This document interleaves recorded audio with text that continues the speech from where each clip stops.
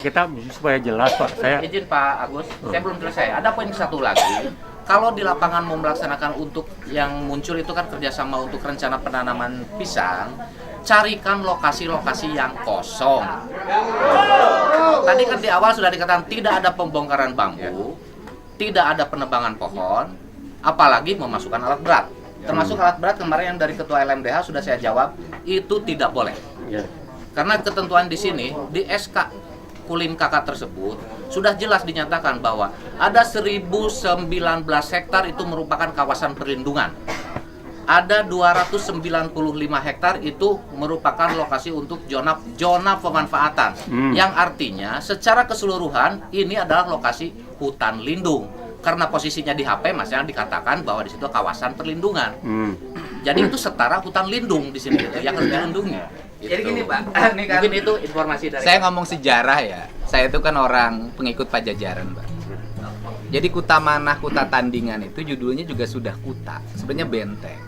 Jadi dari sisi aspek ekologi, sebenarnya ini benteng terakhir kawasan hutan di wilayah Purwakarta, Kerawang, Bekasi, Bogor. Ini benteng terakhir. Makanya Bung Karno itu merancang Danau Jatiluhur. Dan ini saya tuh punya rancangan, nanti kan jalan terintegrasi ke Bogor. Saya mau ngajuin ke Menteri Lingkungan Hidup menjadi kawasan hutan lindung sampai Bogor. Karena di sini kan di sana juga harimaunya masih ada. Gitu loh, Pak. Jadi kalau berubah, saya juga nggak ngebayangin lah, Pak. Kalau berubah menjadi pisang, saya longsornya aja belum tentu bisa nanganin. Dan di sini tuh pernah saya dulu waktu anggota DPRD, Pak. Itu ada program pertanian perkebunan, itu di sini ada pisang barangan, Pak. Sampai sekarang nggak ada pisang. Jadi pisang tuh bukan perkara baru di sini. Dan Bapak juga pernah melakcau baheulanya. Pernah Pak. Pernah kirang langkung 2 tahun Pak. 2 tahun terus cauna kunaon? 3 tahun longsor. Caunya longsor, Pak. Pisangnya longsor. Beberapa di saung Pak. Kirang langkung 2 hektar Pak longsor. Sebenarnya kan ini catchment area, Pak. Ini kan Jatiluhur, di sananya di Kerawang tuh di bawah, ini di atas. Makanya kan Kuta Manah, Kuta Tandingan gitu kan, Kertamanah. Ini di atas. Jadi sebenarnya ini harusnya jadi hutan lindung untuk apa? Melindungi ke bawah. Tapi kalau ini berubah nanti menjadi pisang, penyangga Jatiluhur udah nggak ada, Pak. Coba ini jarak Jatiluhur kan deket. Ini kan longsornya ke Kerawang, Pak.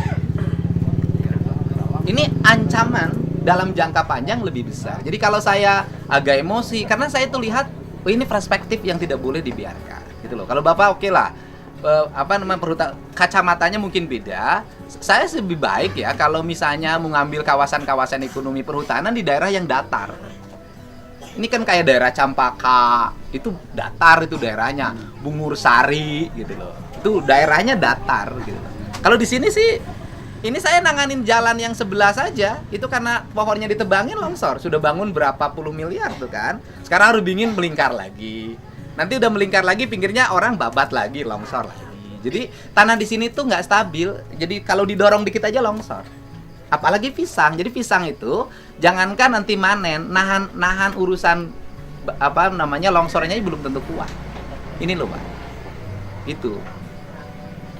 Jadi memang pertimbangan kultur, saya sih selalu meyakini bahwa buhun atau leluhur itu jauh lebih cerdas dibanding kita dalam memahaminya, gitu loh, Pak.